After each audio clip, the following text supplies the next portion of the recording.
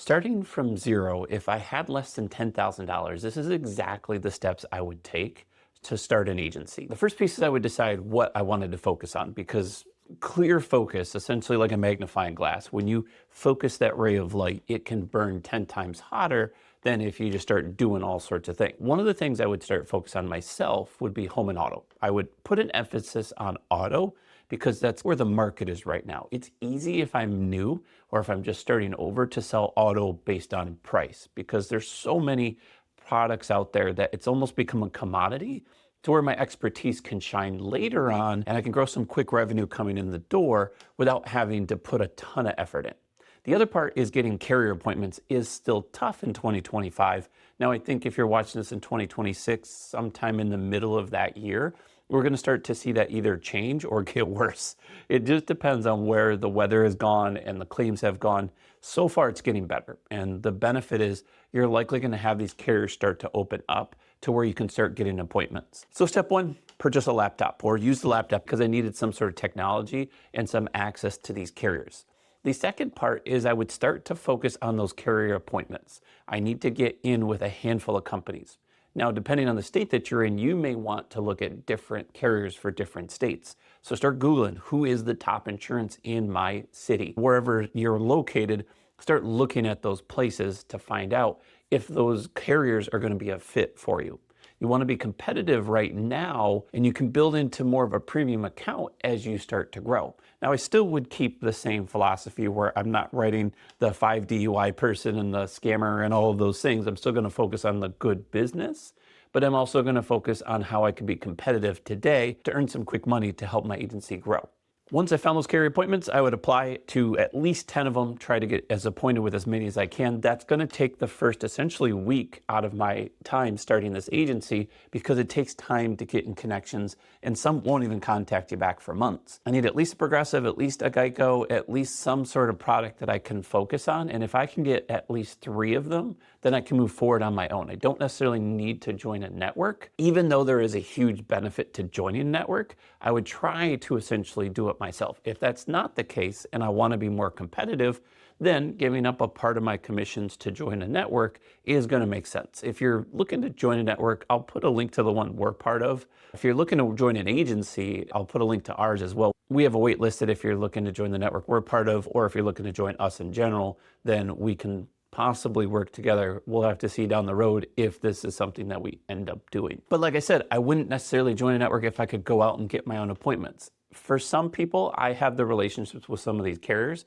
So if I was starting over, I had already built those at the previous agency I was at. So when I was an agent, I was building connections with the carriers, which would have benefited me to get in the door with some of them, and it did with our current agency that we have now. The third piece that I would start focusing on is friends and family. Now, I'm not a big fan of quoting and selling friends and family. I do it as they come to me, but it's something that I am starting off new and I need that quick business. What I would do is I would create a template. I would essentially have the 5 questions or the simplest way or simple form that I could do, and I would send that to all my friends and family. Hey, I'm starting up an insurance agency. I want to get some practice in. Can I start quoting with you and just give you some numbers? No hard pitches, no hard sales. If you don't go with it, that's fine. I'm trying to get some experience. In my experience, when I've trained agents that have done this, we've seen anywhere from $20,000 to $30,000 in new premium business coming in that first month. So now we've got some revenue that we can take from that because friends and family, if we are shopping on price and you do have a little bit of value add to it and you're learning as you grow. For me, I already know the benefits, so I'm going to tell them all those pieces and we're going to be able to sell those clients to start our business off. But Mark, what about the budget? F the budget. I actually wrote on my paper, I've got my scratch notes here.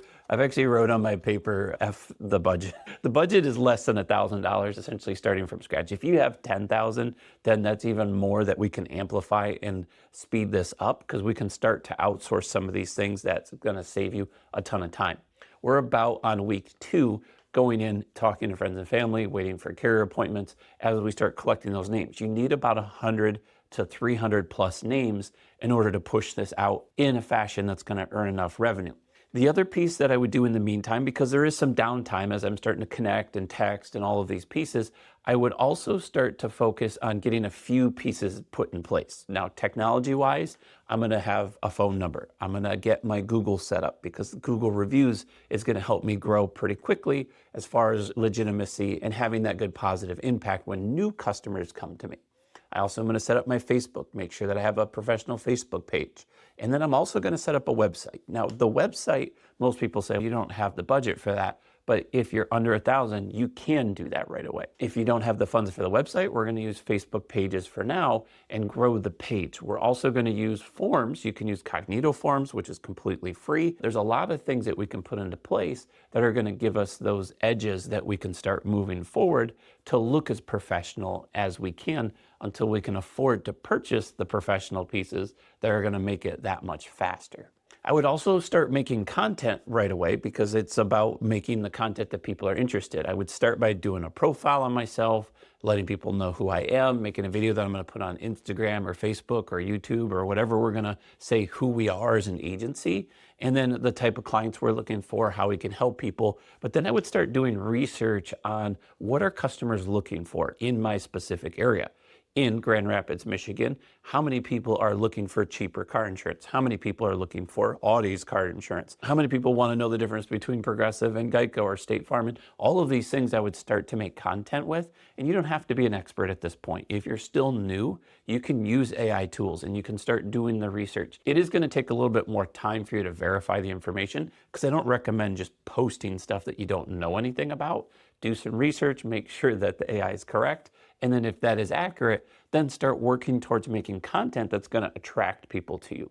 If you haven't already figured it out, the whole point of most of this is marketing. 90% of your business as any company is going to be marketing and getting people to come to you. Initially, it's going to be us going to friends and family and trying to build that budget. Because if we're going to sell $20,000 in premium and we're getting a 12% return on that revenue, then we're going to have $2,400 that we can start putting back into the business to help it grow faster. Now, I told you I would have $1,000. I've spent zero on the laptop because I'm using my own. I spent probably $100 on some of the phone usage and the texting and all of those things, getting things set up. The additional $900 I probably don't even need because I would take $500 of that and start purchasing leads. I would go to companies like Smart Financial or Quote Wizard and start looking at those options. There's a handful of other ones out there that are fairly decent, but to be honest with you, I'm not really focused on that part of it because they're all not great. It's going to be because I have that extra time. I need to get that practice in. And I found that every once in a while, you get some really good clients through purchasing leads. Don't get me wrong, I'm not a huge fan of them anymore. We used to do them all the time. If they're not exclusive, they're really expensive. And if you're buying cheap leads, I'm spending $6 to $7, maybe even $8 a lead. And I'm spending that money to get people to talk to. Now, there's a lot of dialing involved. I may have to create some automation to do all of that. And I wouldn't necessarily get too heavy into that until I start earning some revenue and get some of that commission coming back. And those are the simplest ways you can do. Yes, we didn't cover getting licensed. We didn't cover getting your E&O insurance set up. We didn't cover the admin work and doing all those things. We're not hiring anyone right now. We're going to build this business virtually so we can travel if we want. Essentially, that's the way I would build my business today, and it would be all focused on lead generation. Initially, I'm not going to have any time to go on vacations and take trips because it's all going to be done through phone calls, through dialing, through a lot of work and time involvement because my budget's lower.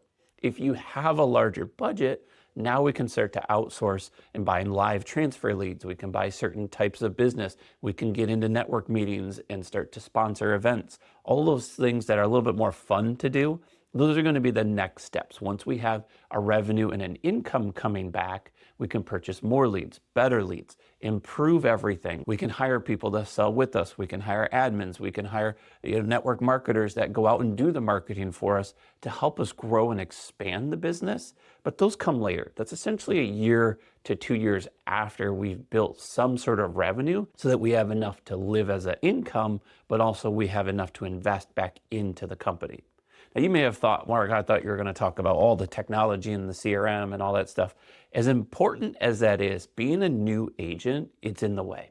If you have to pay what I charge for some people, which is $200 to $500 for technology, Granted, it's your website, it's your phone, it's your lead funnel page, it's your quoting software. It's all of those things that has it built into one. So those are very valuable. But if I'm starting off new and I don't have those funds, then I'm not going to put the time, let alone the money into it to build it, because it takes time to put the emails together, to put the text messages together, to automate pieces, to turn on the AI. And the expenses of all of those things add up to where if I'm new, I'm not necessarily going to focus on that yet. That's one of the reasons I actually created a free version of that for somebody that is new. If you are new and you only have a few clients, I've got a free version of the website that you can build off of and the phone you can use and all of those things. No, I'm not going to lie, it's going to take some time. But again, I don't think you necessarily need that brand new going in. If you've already been doing it for 6 months or more, then yes, that might be a benefit for somebody that wants to take some time to build a website off the platform, and you're going to pay $10 a month-ish to host it, and then you're going to start using the phone, so you're going to pay $20 a month or so for the phone and the texting, and then maybe you're like me and you got to turn the AI on, and there's a $100 cost for that. So there's all of those costs that may add into the free version of things, but it helps you grow where you need to grow. So you have those options. If you don't turn any of it on and you just use the phone and whatever the case is, let's say you have a $50 a month budget, now you can do whatever you want with that type of stuff. Let me know what you would do differently. Is there something that I missed that you think would be very important? I actually sat down and wrote down exactly the processes I would take without getting too in depth. Yes, there are some technical pieces that you're going to have roadblocks as you go, and carriers are going to ask certain things of you. You're going to have different quotas that some companies are going to ask you to do. And there's some pieces that you really should have a mentor that can help you with that type of stuff. If you're not technology friendly, then you may want to have help from a teenager that can help you build and quote forms and all of those things. Those are benefits that are going to take time. And if you've got friends and family that can help you, that's great. If you're looking to build a website, we just built one for somebody, but there's a cost to that. We've got a virtual assistant, we hire them, and then you pay the cost. And so there's all these pieces that you have options for. Again, it's really just growing the business and the book to where you can profitably grow into those pieces. Let me know what your thoughts are. I'm Mark W. Flockhart. I'll see you soon.